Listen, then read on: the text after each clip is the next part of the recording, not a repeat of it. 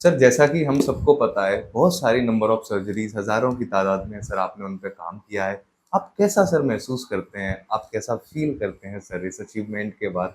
थोड़ा-सा हम जानना चाहेंगे। एक्चुअली पिछले 20 वर्षों से भी ज़्यादा समय में मेरे द्वारा लगातार high number of surgeries perform की गई है। एक इफेक्ट होता है जिसे कि बोलते हैं डनिंग क्रूगर इफेक्ट। उसमें क्या होता है कि जब आदमी नया-नया होता है तो उसमें एक स्यूडो कॉन्फिडेंस होता है, एक अति आत्मविश्वास होता है क्योंकि उसने कॉम्प्लिकेशन देखे ही नहीं होते, उसको पता ही नहीं होता इसका परिणाम क्या हो सकता है। तो जब व्यक्ति फील्ड में प्रवेश करता है तो वो उस इफेक्ट में रहता है जिसमें वो अपने आप को बहुत बड़ा 30 मार का समझता है, लेकिन एक्चुअल में उसको उस समय कुछ भी नहीं आ रहा होता है। ये सिर्फ उसके सीनियर या फिर काफी सीनियर जज कर सकते हैं कि इसे आता कुछ नहीं है लेकिन इसका कॉन्फिडेंस लेवल बहुत हाई है। लेकिन धीरे धीरे जब आप फील्ड में काम करते हो, आप हजारों की संख्या में सर्जरीज करते जाते हो और लगातार करते रहते हो, तब आप इतने कॉम्प्लिकेशन से एनकाउंटर हो जाते हो कि आपको वास्तविक धरातल पे स्थिति का पता लग जाता है कि एक्चुअल में किस केस में क्या होने वाला है, किस पेशेंट में मरीज की जान को खतरा है, किस पेशेंट में हड्डी जुड़ेगी, किस पेशेंट में हड्डी नहीं जुड़ेगी, किस में इन्फेक्शन खतरा ज्यादा है। और उसके बाद भी आज भी अनएक्सपेक्टेड जो कॉम्प्लिकेशंस होते हैं वो हर मरीज में इंडिविजुअली अलग अलग होते हैं। अब आप बात करें कि कैसा लगता है, बहुत अच्छा लगता है कि लोगों ने मुझ पर इतना विश्वास किया, लेकिन एक बहुत बड़ा बोझ भी खड़ा हो जाता है साथ में कि लोगों की इतनी आकांक्षाएं हैं, कहीं ऐसा ना हो कि उन आकांक्षाओं पर हम खरा ना उतर पाए।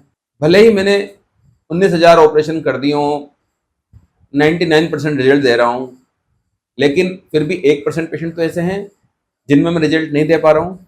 उसके कई कारण होते हैं। कई बार फ्रैक्चर इतना बुरा होता है कि आप एक या दो सर्जरी के बाद फ्रैक्चर को जोड़ ही नहीं सकते, उसमें मरीज को कई मल्टीपल सर्जरीज की आवश्यकता होती है।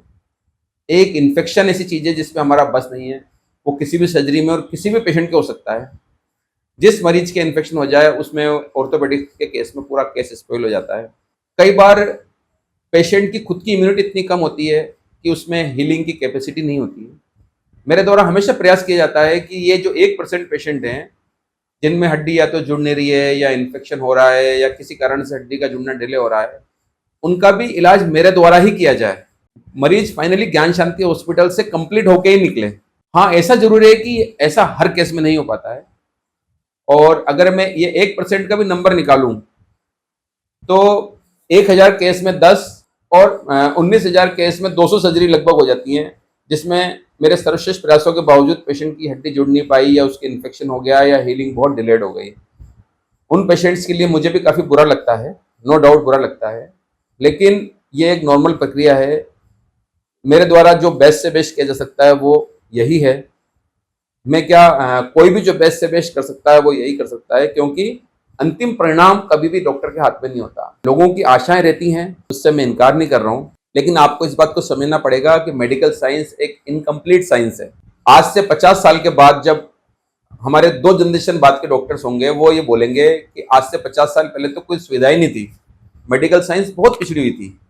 जैसा कि आज हम हमारे 50 साल पहले के डॉक्टर्स के लिए बोलते हैं कि उस समय कोई सुविधा नहीं थी, कोई मशीनरी नहीं थी, कोई टेक्निक नहीं थी।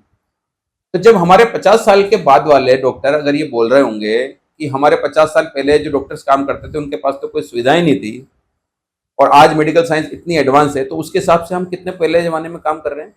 हमारे पास कितनी सुविधाएं नहीं है जो कि 50 साल बाद डेवलप हो जाएंगी। यानी कि जो हमारी एक लिमिटेशंस है हम उसमें काम कर सकते हैं, उसमें जो बेस्ट से बेस्ट रिजल्ट है वो प्रोड्यूस कर सकते हैं।